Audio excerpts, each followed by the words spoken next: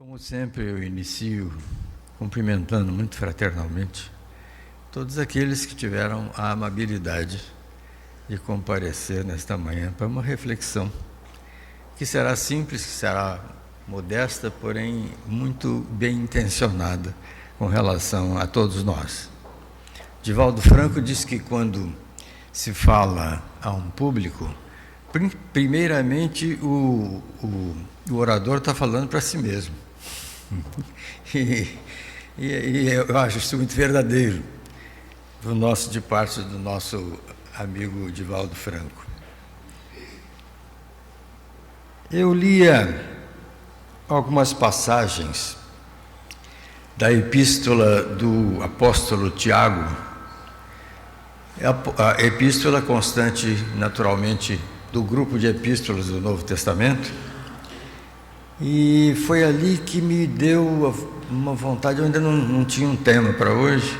Foi ali que me deu uma grande vontade de retornar a um tema que eu tratei nesta casa em 2008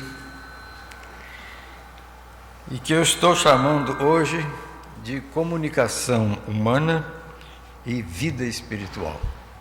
Comunicação humana e vida espiritual. Lê-se na epístola do apóstolo Tiago preciosidades como estas. No capítulo 1, no seu versículo 19, o apóstolo escreve: "Sabei isto, meus amados irmãos, mas toda pessoa seja pronta para ouvir, tardia para falar, tardia para se irar. Porque a ira humana não opera a justiça de Deus." E no capítulo 2, eu sigo assim muito ligado à epístola de Tiago. No capítulo 2 ele diz: "Se alguém entre vós cuida ser religioso e não refreia a sua língua, antes engana o seu coração, a religião desse é vã." E por último, um último versículo de Tiago: "A fé sem obras, irmãos, é morta." A fé sem exemplificação dela é morta. Essas passagens me disseram que eu talvez devesse voltar a esse tema aqui junto aos muito queridos irmãos do Centro Espírita Allan Kardec e a todos os seus visitantes. Há um filósofo alemão, Heidegger, Martin Heidegger. E Martin Heidegger, ele legou à sua posteridade textos muito importantes sobre comunicação humana. E num dos seus textos ele diz: o homem, está se referindo ao ser humano, o gênero, o homem é um ser que fala, porque a palavra é a sua pátria. E eu acrescentaria, se me desse licença, Heidegger, e como fala? E como fala? E não estou falando isso no sentido crítico, não, mas é no sentido de que falamos acordados, na vigília, falamos dos nossos sonhos, passamos a vida falando. E às vezes eu lembro de minha doce querida, que em 2016 precisou voltar para casa, foi para o mundo espiritual, e ela às vezes dizia para mim: "Résmio, você fala sozinho." Eu dizia: "Mas falo mesmo, o Résmio me dá um trabalho." Às vezes eu preciso dizer para ele: não é este o caminho, calma, tenha calma. Eu dizendo para mim: tenha calma, o caminho não é este. Então nós falamos, o homem é um ser que fala, porque a palavra é a sua pátria, dizia Heidegger. Mas este ser que fala, meus prezados irmãos, não tem aparelho fonador, coisa curiosíssima. O foniatra, médico, grande dramaturgo também, Pedro Bloch, num congresso de foniatria, ele dizia: eu vim falar sobre um milagre, é a fala humana. E milagre por quê? Porque os pulmões são órgãos de trocas gasosas, entre oxigênio, gás carbônico e tal, para manter a saúde. A laringe, onde nós dizemos, nós temos nossas cordas vocais, é lindo, né? Cordas vocais, são duas pegas modestas aqui na laringe. No entanto, Pavarotti encantou o mundo, e tantos sopranos e cantores encantam o mundo com a laringe. Mas a laringe é um órgão que protege para não entrar alimento no pulmão e para entrar a necessária oxigenação ao nosso esquema respiratório. E a língua, que é um órgão do aparelho digestivo, isso encontramos em qualquer livro de anatomia, de anatomofisiologia. A língua é um órgão do aparelho digestivo. Ela funciona como uma betoneira, mexendo o alimento dentro da boca e ao mesmo tempo oferecendo substâncias químicas para a primeira digestão, que deve ser feita na boca. Então, Pedro Bloch diz: escutem os senhores, meus caros cientistas, o ser humano fala porque ele tem um espírito. Porque órgãos do aparelho fonador não existem no ser humano. É um ser que fala sem ter aparelho fonador. Eis aí a palavra milagre, que às vezes dá um certo mal-estar em algumas pessoas, ela vem da palavra admirabiliar, a coisa admirável, prodigiosa. E não tem nada mais admirável para mim do que ouvir o canto do coral, do que ouvir as pessoas falando comigo. Eu acho isso admirável. É por isso que eu estou usando a palavra milagre aqui, né, no sentido de magia. E nós temos muitas linguagens, prezados amigos e irmãos.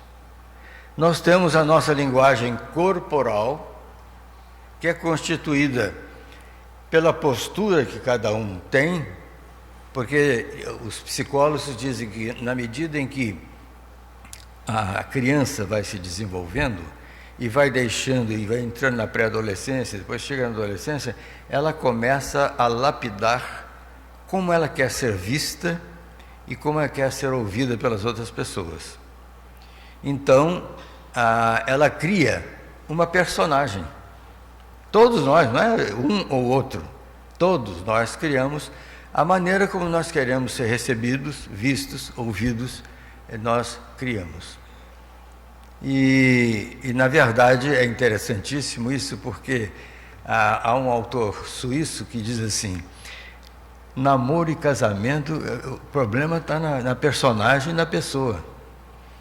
Porque a pessoa é um santo mistério que peregrina pelo mundo dentro de cada personagem.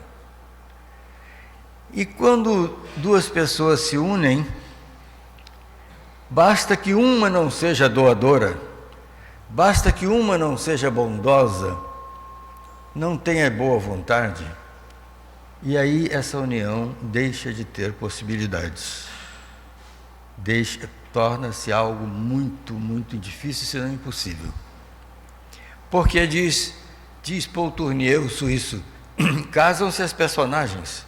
É assim, antes de casar, existe um pacto implícito que diz assim: você finge que é perfeita e eu finge que sou perfeito. Aí, então, depois que casa, alguns ficam decepcionados porque veem que nenhum nem outro é perfeito, outros ficam aliviados. Eu posso dizer isso do meu namoro de 54 anos com a minha doce criatura, com a minha doce esposa, que, nossa, foi um grande alívio, porque eu banquei o perfeito, ela bancou a perfeita, e quando nós descobrimos que não éramos perfeitos, foi um alívio para nós dois, um alívio enorme, que nós tivemos. Não, nós vamos ser como somos, ninguém precisa ser perfeito, não. Basta ter bondade e boa vontade para com um para com o outro e com as demais pessoas, né? Então nós temos uma linguagem corporal. Eu tive professores, meus amigos e irmãos, eu tive professores que eles pareciam que tinham um certo medo dos alunos.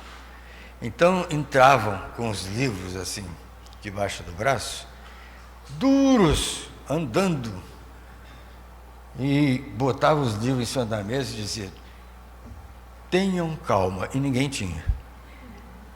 Ninguém tinha, porque ele não inspirava calma a postura corporal daquelas criaturas. Ao contrário, a gente ficava preocupado. Será que essa criatura já veio mal querida, mal amada, ou sei lá o quê, ou sofrida, para nos transmitir o seu conhecimento?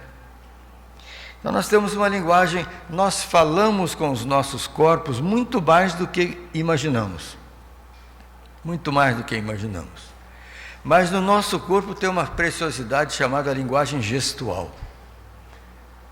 Quando se entra numa escola de arte dramática, nossa, o trabalho com a gestualidade é uma coisa de um refinamento estupendo. Por isso, assistir a determinados artistas, como Fernanda Montenegro, como Paulo Autran, não é? Enfim, os melhores artistas que vocês lembrarem, é um luxo, porque são pessoas que dominam a linguagem corporal, dominam a gestualidade e dominam principalmente a expressão facial. Eu recomendo a quem eventualmente não tenha visto um filme que está em DVD, a História de uma Paixão, que é sobre Villa-Lobos, a vida do maestro Villa-Lobos. E depois de 23 anos separado da primeira esposa, então surgiu o divórcio nas nossas leis. E ele então procurou arrumar os documentos e tal, para irem perante o juiz, e lá no filme ele propõe o divórcio, que já estava proposto pelo seu advogado, mas ele fala, Villa-Lobos, e quando é dada a palavra à ex-esposa, ela diz: eu só não vou aceitar por uma razão. É porque há muito mais do que 23 anos eu amo este homem com todo o meu ser. Que sejamos separados tornou-se uma necessidade a certa altura. Mas eu não gostaria de tornar isso jurídico em termos de divórcio. E ele sabe muito bem por quê, porque ele só tem muitas partituras, ele não tem dinheiro, ele não é um homem rico. Não estou fazendo isso por nenhum interesse. E o trabalho que Antônio Fagundes faz fisionomicamente durante o tempo que a mulher está falando, ele vai se emocionando com a fala da ex-mulher. E o trabalho fisionômico que aquele grande artista faz é qualquer coisa assim de apaixonar quem gosta de cinema e de linguagem cênica. O fato é que nós temos uma linguagem facial muito forte, muito forte. Tem muitos poderes na nossa linguagem facial. Eu visitei a Escola de Artes Dramáticas quando eu tinha 20 anos, foi lá no Paleolítico. Quando eu tinha 20 anos, eu visitei a Escola de Artes Dramáticas, e aí um dos alunos, muito simpático, estava me explicando, ele falou assim: olha, tem uma disciplina aqui que o professor entrega um cartão para cada aluno, e nesse cartão tem 3 carinhas: a carinha da tristeza, no outra ponta a carinha da alegria, e no meio a cara da indiferença. Tudo horizontal, aquele banana completo mesmo, né? Aí no meio. Ele disse: pois é, essa disciplina não tem aula, e a que mais reprova, porque a máscara da indiferença derrota muita gente. É preciso ser uma Fernanda Montenegro da hipocrisia para convencer com a máscara da indiferença. Então, ele me chamava a atenção para o seguinte: a única coisa que o professor explica numa única aula, a primeira, é que a região mais delicada do nosso visual são os olhos. Não é à toa que em muitos textos de filmes e de novelas a gente ouve dizer: diga isto olhando para mim. Porque é muito, muito forte a linguagem dos olhos. Porque quando a pessoa diz uma inverdade, a primeira coisa que se abala é a musculatura do globo ocular. Já viram uma criança que está mexendo num aparelho delicado, aí a gente entra na sala: você está mexendo aí nesse aparelho? Não, o olhinho dela faz assim, né? Para negar que estivesse mexendo no aparelho. Então há muitas atitudes corporais que entram na nossa comunicação humana. E a língua, propriamente o idioma, o que nós falamos, o que nós escrevemos, tudo isso tem muito grande importância. E é preciso muito cuidado. É preciso muito cuidado com as palavras, com os gestos, com as atitudes, com os gestos e com as palavras, na relação com o nosso semelhante. Porque as palavras tanto podem testemunhar Deus, como podem invocar as piores forças. As piores forças. Depende de como são usadas as palavras. Não só as palavras em si, mas a tonalidade que se dá ao uso das palavras. Então eu vou convidar todos os meus caros amigos e irmãos para nós darmos um passão atrás e olharmos um pouco para a história hebraica, para a história dos hebreus. Do livramento do cativeiro egípcio. Moisés era filho adotivo da filha do faraó. Portanto, ele era neto adotivo do faraó. E de repente ele descobriu que ele era hebreu de origem, e ele começa a tentar convencer o pessoal a sair daquele cativeiro, que já tinha quase 400 anos, que os hebreus eram cativos, eram escravos dos egípcios. E o pessoal começou achando que ele estava biruta. Ele é ele é filho adotivo da filha do faraó, é neto adotivo do faraó. Como é que ele está querendo nos convencer a sair do cativeiro, a abandonar o autoritarismo do faraó, como ele mesmo fala, né? Mas na verdade Deus havia dado uma enorme missão a Moisés, uma enorme missão. Aliás, ele se assustou demais quando Deus o convocou e disse: tem uma missão enorme, de vida inteira para ti. Moisés era gaguinho, gago. Pouca gente sabe disso, mas ele era gago, Moisés. Aí ele começa a gaguejar diante de Deus, e lá na sarça ardente, fala: eu não tenho como cumprir essa missão, porque eu mal consigo falar direito e tal. Então Deus diz: fique tranquilo. Ao seu lado estará o seu irmão Arão, que é da minha absoluta confiança. Então você começará falando baixinho para Arão, e Arão falará para o público no transcurso dessa missão.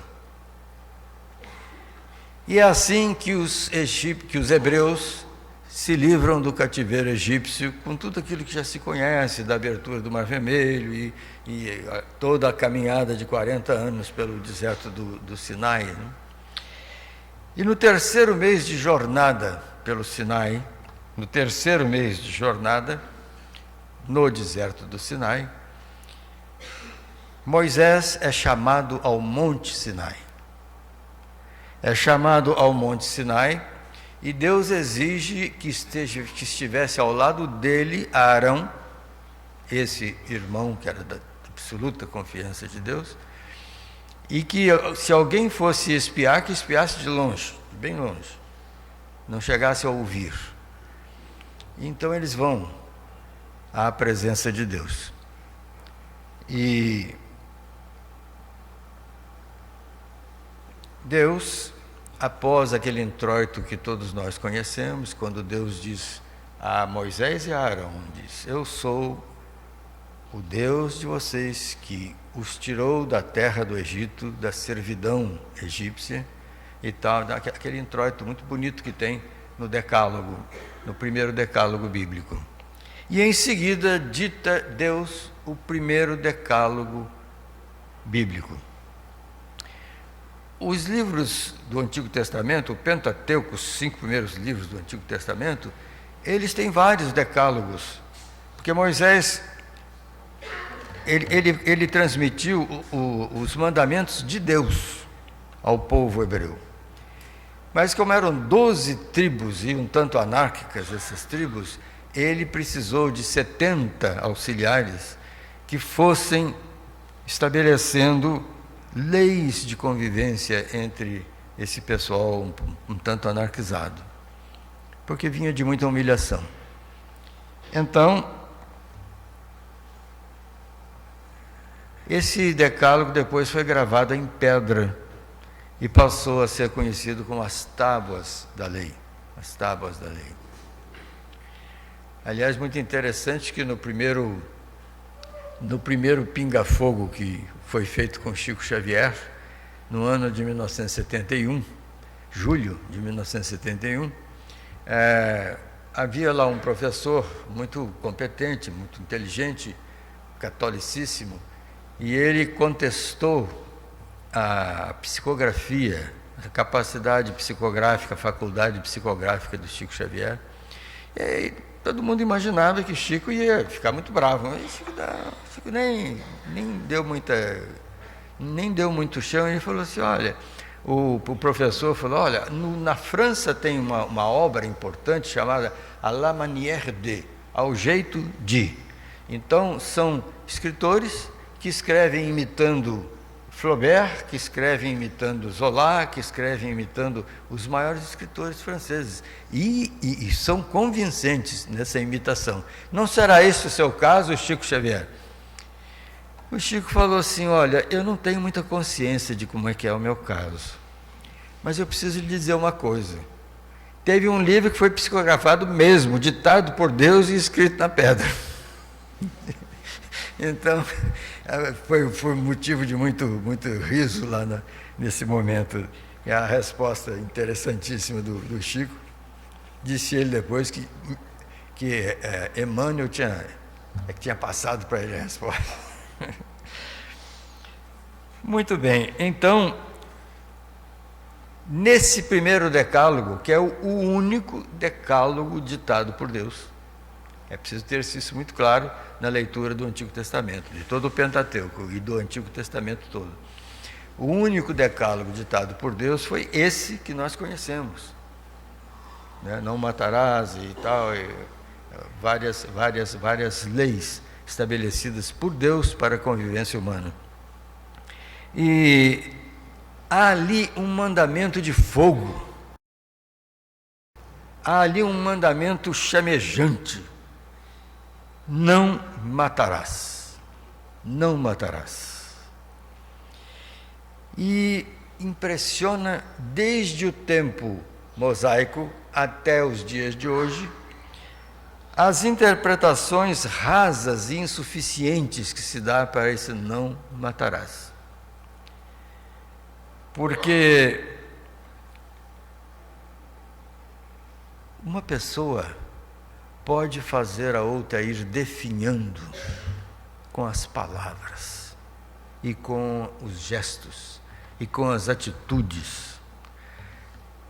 Já houve caso de pessoas que tiveram acidentes cardiovasculares ou cerebrais e faleceram de tanta decepção no convívio com o seu parceiro ou parceira, o seu companheiro ou companheira, né? É muito mais. Esse mandamento é imenso, é imenso. Há crianças que hoje estão no crime e cuja sanidade foi morta nos lares, cuja sanidade foi morta no bairro, lá onde essas crianças viviam, pelo comportamento, pelas atitudes, pelos gestos e pelas palavras que essas crianças vêm ouvindo, e elas vão como que morrendo interiormente para tudo que seja positivo e bom. Então, o não matarás é um preceito extraordinariamente importante do decálogo, do decálogo divino, primeiro decálogo da Bíblia. Então, o Pentateuco, propriamente, os 5 primeiros livros do Novo Testamento, eles configuram o que os Espíritos ditaram a Kardec como primeira revelação. Primeira grande revelação. A revelação mosaica. Que veio preparar, e isso está dito no Evangelho segundo o Espiritismo, a primeira instrução espírita é de um autor israelita. E esse autor israelita diz: há uma coisa que é preciso se conhecer, que Moisés e Sócrates, o filósofo, vieram preparar a chegada do Messias, do Mestre Jesus.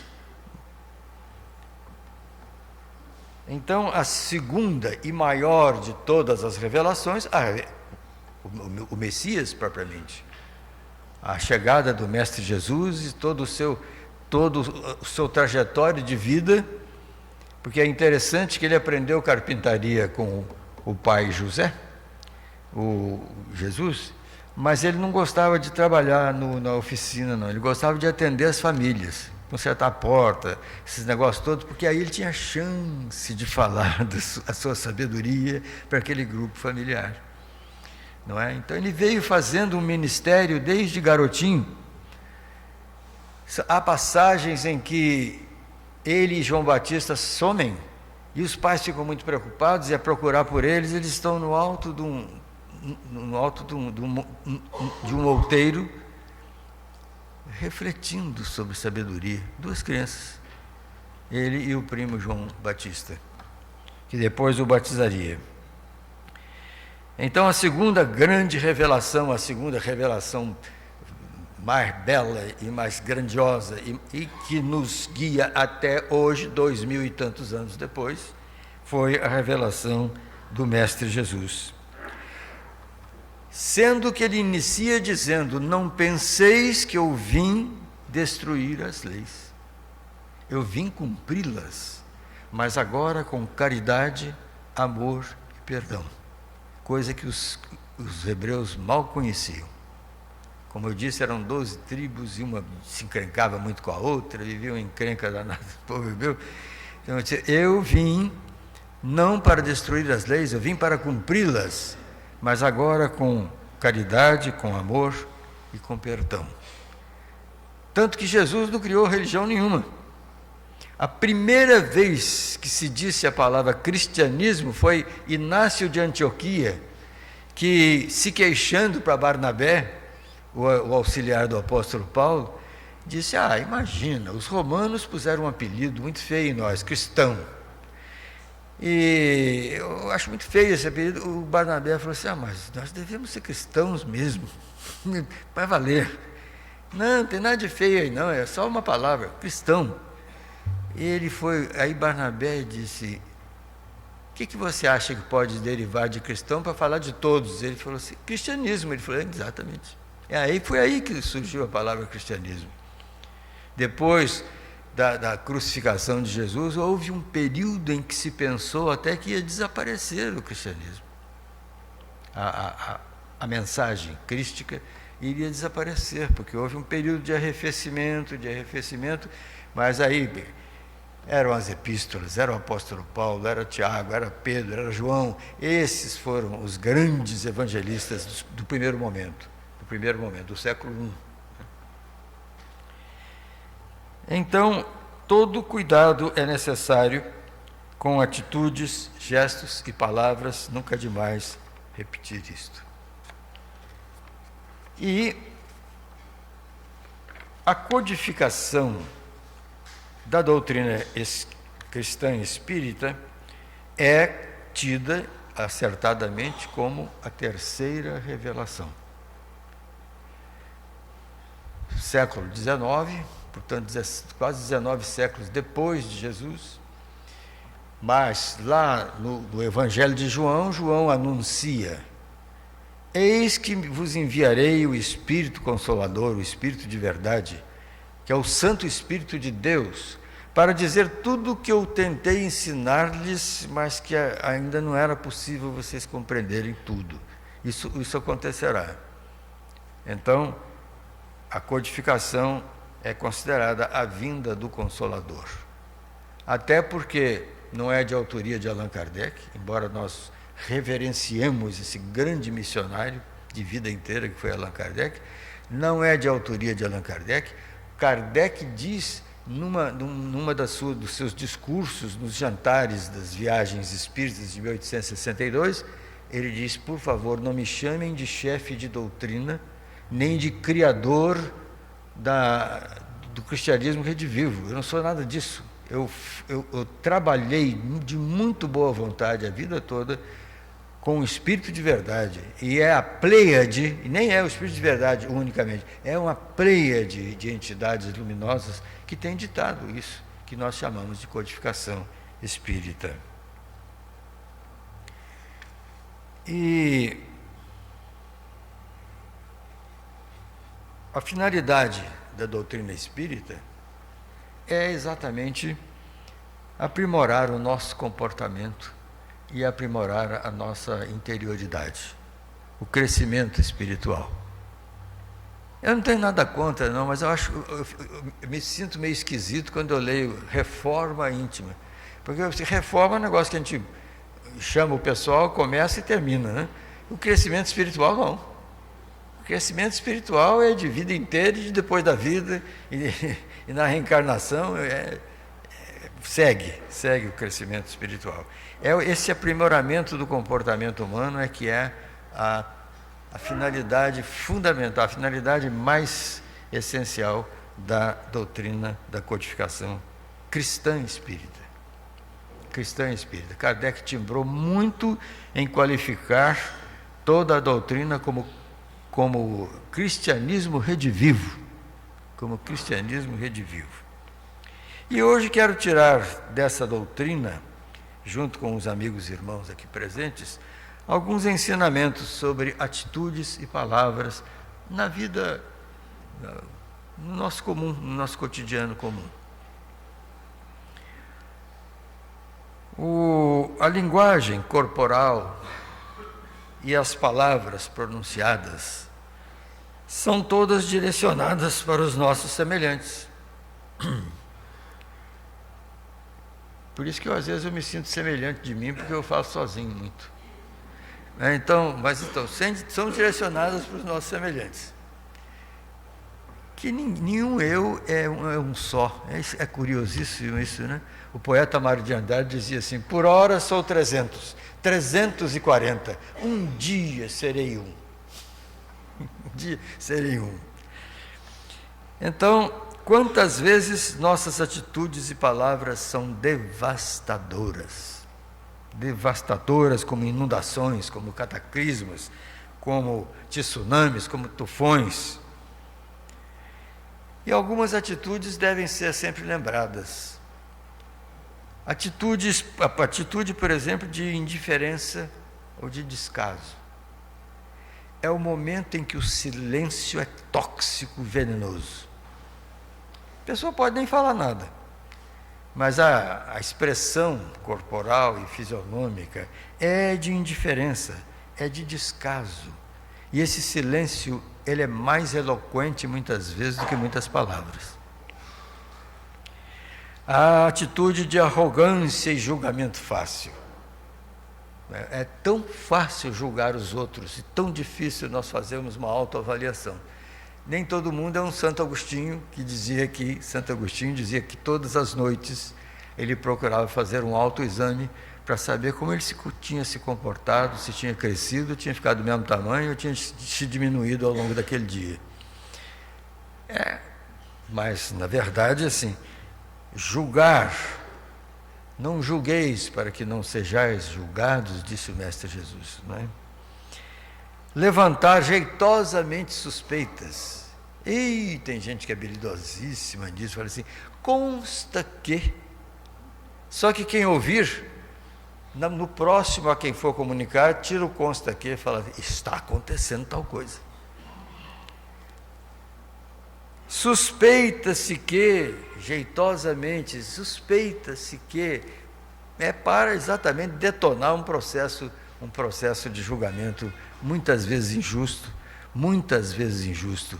Esta noite, na hora de dormir, eu orei pelo professor Luiz Carlos Cancelier, ex-reitor da Universidade Federal de Santa Catarina, que foi acusado de roubo e corrupção. Ele não devia, e foi acusado de um roubo de 80 milhões, depois caiu para 300 mil, e ele não devia nem nada. Então, ele, pobre, deu fim à própria vida. Ficou tão desesperado, depois de tantos anos de honestidade, que ele ficou tão desesperado que ele se atirou de um edifício. Então, ironias e indiretas. Ironias bem-humoradas, às vezes a gente até se diverte com elas. Eu tenho um primo, aliás eu tenho, mas ele está no mundo espiritual. Esse primo, ele dizia assim, ele tentava me desestabilizar, eu era garoto, ele era já um rapaz, ele tentava me desestabilizar, ele dizia assim: mas olha, quando você estava nascendo, a parteira chamou o meu tio, seu Manuel, seu pai, e falou assim: está nascendo um coelho, porque eu sempre tive a orelha grande, está nascendo um coelho. E ele ficava irritado porque eu ria, mas ria de chorar, quando ele falava esse tipo de brincadeira, né? Mas há ironias que são ferro, né? Ferem fundo, e indiretas que são terríveis. E certos risos e maldosos e sorrisos, que uma coisa é rir para, outra coisa é rir de. Rir para alguém é ótimo, rir de alguém é terrível. E meus irmãos, o ambiente dos lares. E os lares do ser humano são muitos, desde o universo até dentro de cada um de nós, cada um dentro de si, mas principalmente eu estou falando aqui das relações próximas com outros seres humanos. Então,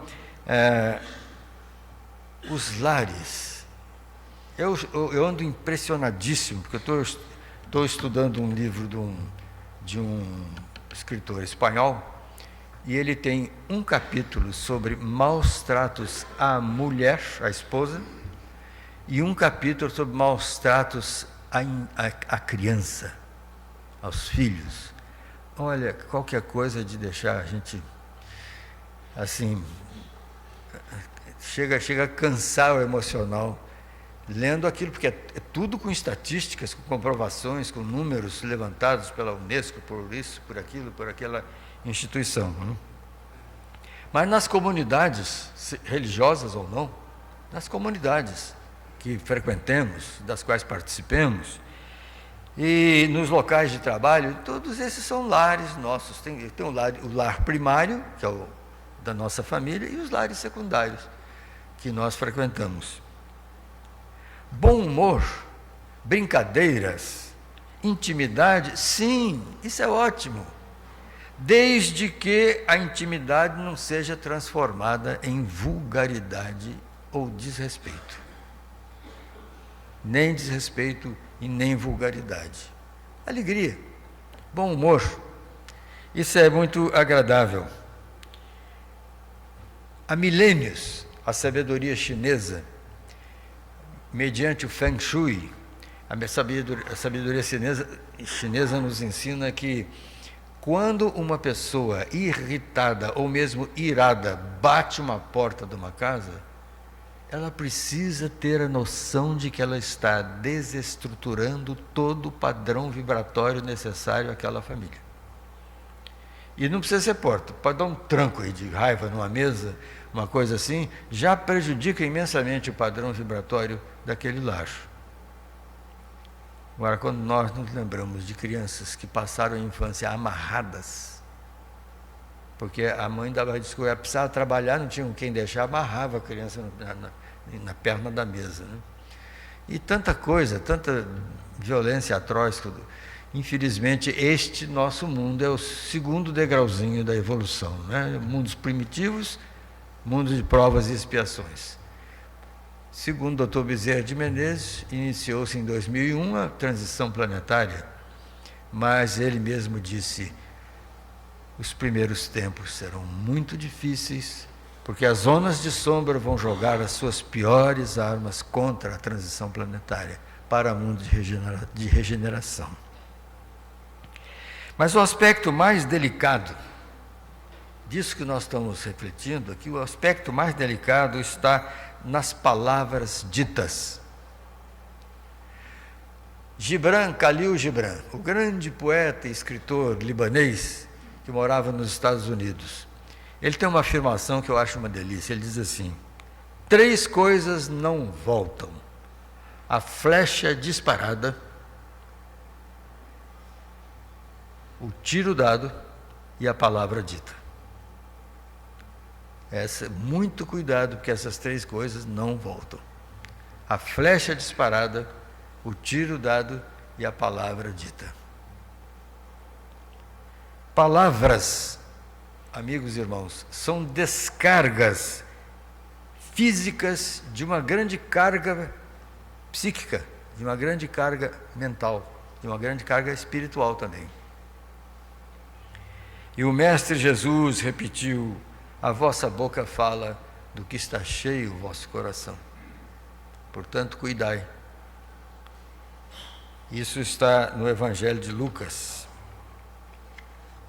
E nós encontramos na obra de Emmanuel,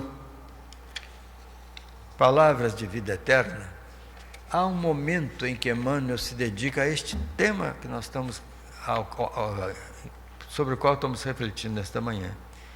E Emmanuel diz assim: queixa inútil enfraquece a vida, gerando desconfiança e perturbação. Azedume corta o impulso de generosidade, aniquilando boas obras no nascedouro. Irritação abate as forças da alma, trazendo a exaustão prematura. Mágoa anula a esperança, arrasando possibilidades de trabalho. Desespero queima o solo do ideal humano, exterminando a sementeira do bem. Diz Emmanuel, concluindo: se aspiras a construir, planta benevolência e serenidade, entendimento e abnegação na gleba de vossa própria alma. Sempre belíssimos os textos de Emmanuel e muito edificantes, não é? Então, como vimos, podemos enfermizar ou mesmo matar com as palavras e as atitudes.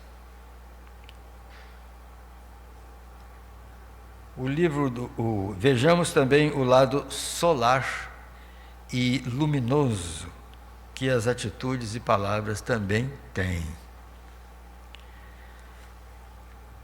Nossas atitudes e palavras podem ser como orvalhos frescos, caindo sobre vidas aflitas, inquietas, infelizes, deprimidas, necessitadas. Nossas palavras podem cair como orvalhos frescos. E aqui eu vou pedir licença a vocês para dar um exemplo pessoal. Não costumo fazer isso não, mas eu acho isso, eu agradeço tanto a Deus isso que foi sempre uma característica, que eu estive 16 anos na PUC de Campinas, depois 14 na Unicamp, me aposentei na Unicamp, a PUC me chamou de volta, fiquei mais 10 anos na PUC, são 41 anos mais ou menos. A minha sala sempre foi confessionário, tanto dos alunos quanto dos colegas professores. havia coisas de grande gravidade pessoal, de grande gravidade familiar, que colegas me procuravam e diziam: preciso conversar com você. E a única vez que eu perguntei por que comigo, ele dizia: porque eu tenho absoluta confiança em você. E isso eu agradeci a Deus todo o tempo. E me foi dada essa grande bênção de poder, né, com medidas pensadas e oradas, eu pedi a Deus que me iluminasse nessas horas. Tive a ocasião, teve um aluno de pós-graduação, hoje é um professor destacado, ele um dia, ele não foi à aula que eu dei na pós-graduação, mas no intervalo, quando eu fui tomar um cafezinho, ele foi comigo até a minha sala, e eu senti clarissimamente que aquela angustiada criatura estava à beira de se matar. E eu sabia que ele, trabalhando no SESC de Campinas, ele era um grande especialista em lazer, sociologia do lazer. Eu ouvi, daí a pouco, graças ao bom Deus, tem alguém que me sopra no ouvido. Eu falei para ele assim: ô Nelson, eu estou coordenando uma coleção de livros para a editora Papiros, que se chama Crises, com K, que é a palavra grega que significa momento pré-medical, quando diz: o que vamos fazer com essa criatura que está...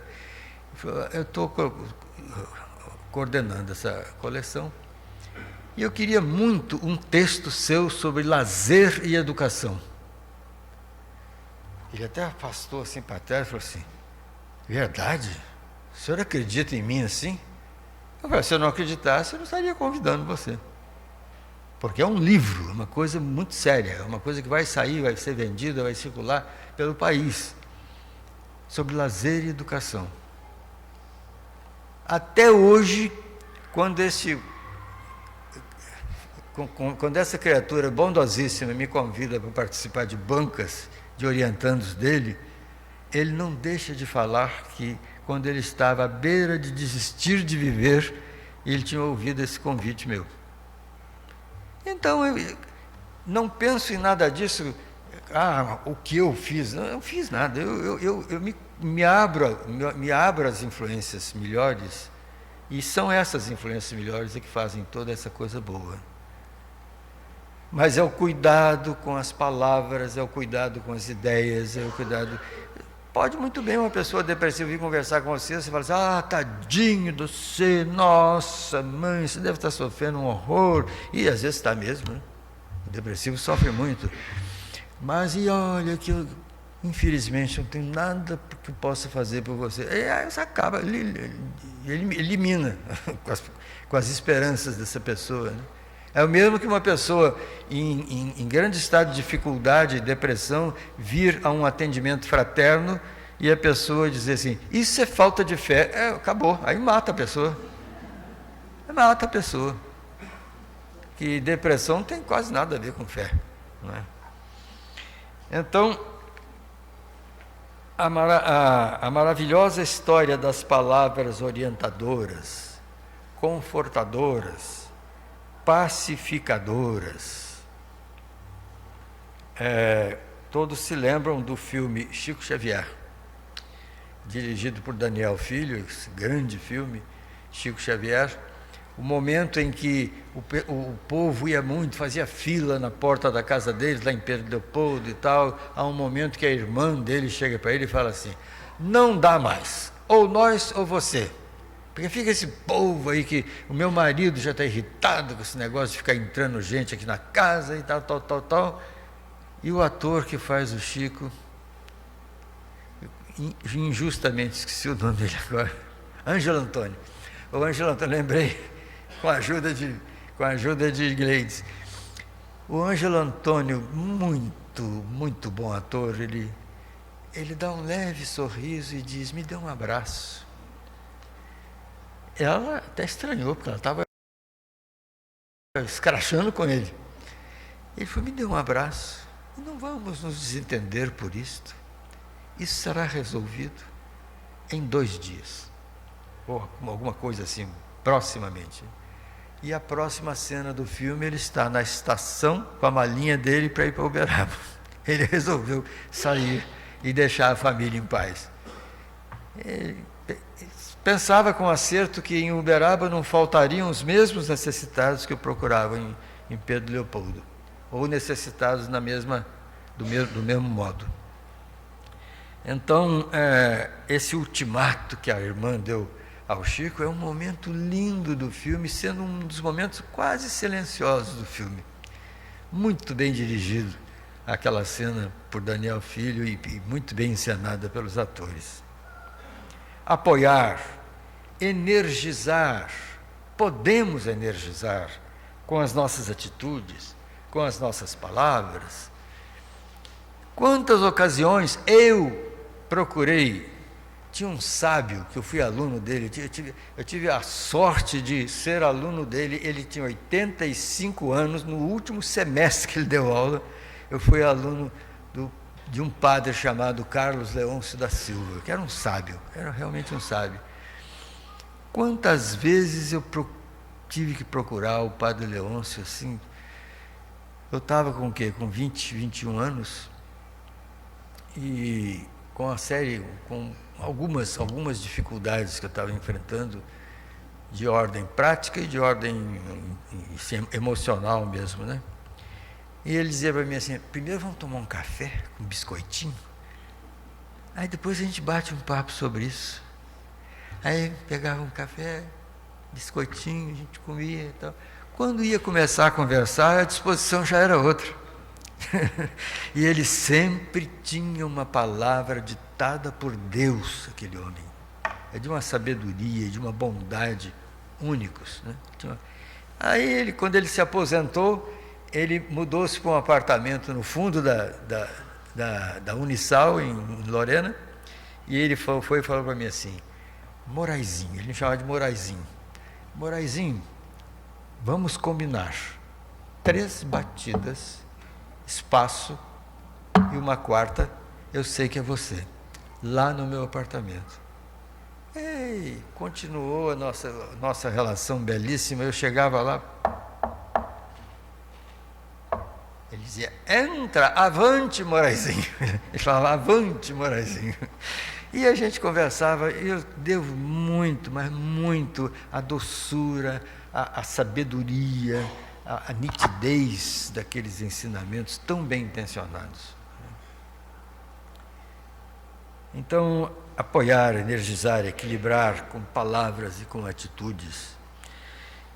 Há uma questão no Livro dos Espíritos, 903, a questão pergunta: é aceitável estudarmos os defeitos alheios? E as entidades respondem: para comentá-los, nunca. Para própria edificação silenciosa, perfeitamente aceitável. Essa é a resposta. Então, atitudes e palavras na comunidade de fé. Dr. Adolfo Bezerra de Menezes, no finalzinho da década de 90, ele fez uma conferência no mundo espiritual para 5.000 entidades. Uma coisa muito interessante, porque 1/3 era de entidades vivas que estavam dormindo e cujos espíritos foram à conferência do Dr. Bezerra. E lá o Dr. Bezerra diz assim: a diversidade é a característica do mundo e é a característica da vida das pessoas. A diversidade.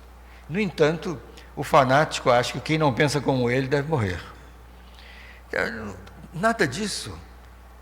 As comunidades são diferentes, as comunidades têm vocações diferentes, elas têm escolhas diferentes, e se elas estão fazendo bem, é a única coisa que importa. Se elas estão fazendo bem. A diversidade é característica do mundo, é a beleza do mundo, é a diversidade. Aliás, me fez lembrar um filósofo francês que dizia assim, que terminada a Segunda Guerra Mundial, o pessoal estava tão exausto de ser um número na fila para pegar alimento, ou no campo de concentração, que tatuava o número da pessoa no braço, que o pessoal começou a se vestir assim que parecia uma árvore de Natal. Muito esquisitamente, excentricamente, todo mundo se vestindo para dizer, eu sou eu e estou aqui. Então, Emmanuel Mounier escreveu um belíssimo artigo, onde ele dizia, para ser original, basta nascer. Não há dois seres humanos idênticos. E um belíssimo texto que vai nesse sentido, né? Pois bem, eu já algumas vezes contei uma história, mas diz que mineiro que não conta história é mineiro que degenerou. Então eu vou contar uma historinha, para nosso encerramento aqui. Quando ainda não existiam os estados modernos, eram reinos. No centro da Itália havia um reino, e nesse reino o rei, o soberano, tinha uma imensa admiração pelo bobo da corte. Essa palavra bobo era exatamente porque eles brincavam sempre, né? Porque eram bobos, não, muito inteligentes, por sinal. E ele admirava, o soberano admirava demais Gonelli, G.O. Gonelli era o bobo da corte. E ele resolveu fazer um teste definitivo com Gonelli. Ele promoveu um jantar no castelo, e em homenagem ao Gonelli. Só que a última pessoa a entrar deve ser a homenageada. Então, todos os lugares estavam etiquetados, para fulano, para beltrano, para cicrano, e todos os lugares com tudo completo, talheres e tudo completo. E Gonelli entra, recebe um aplauso, e quando ele senta no lugar dele, que estava escrito Bobo Gonelli, ele observa que estava se servindo um caldo cheirosíssimo, uma sopa muito cheirosa, e só no lugar dele não tinha colher. Tinha faca e garfo. Ele calmamente esperou, quando serviram o caldo cheirosíssimo no prato dele, ele pegou um pão, cortou o bico do pão, tirou o miolo de dentro do bico do pão, espetou o garfo aqui e começou a tomar o caldo de uma maneira que todo mundo ficou invejando, porque ainda ia migalhinha de massa de pão junto com o caldo. Aí foi aquele aplauso enorme que ele recebeu, e o rei o soberano chamou e disse, Gonelli, você é o bobo mais bobo da Europa. Então, eu mandei fazer esse bastão de ouro para dar a você. E você só poderá passar esse bastão de ouro para alguém mais bobo do que você, se encontrar alguém mais bobo do que você. Ele agradeceu muito e tal. Passados anos, voaram meses, voaram anos, o soberano está à beira da morte. O soberano estava quase agonizando, mas lúcido. Então, ele que gostava tanto do Gonelli, os dois de cabeça branquinha, agora lá, ele pede para chamar o bobo Gonelli. E Gonelli vai subindo lá pela escada e pensando, como é que a gente conversa com quem está morrendo? Vamos ver. Lá há de aparecer um jeito. Né? Aí o bobo se chega perto do leito do soberano, e o soberano com dificuldade respiratória, e ele diz assim, e o senhor como está? O bobo. E o soberano fala assim, como eu estou, Gonelli? Como eu estou? Eu estou desesperado de medo de morrer. O Gonelli disse, mas por quê? Ele falou, Gonelli, eu estou indo para o desconhecido, para uma viagem ao desconhecido. O Gonelli falou, mas espera aí, o senhor sabia que ia fazer essa viagem? Ele falou, claro, todos nós sabemos a vida toda. E não arrumou as malas? Então está aqui o bastão de ouro, estou lhe devolvendo. Encontrei um bobo mais bobo do que eu.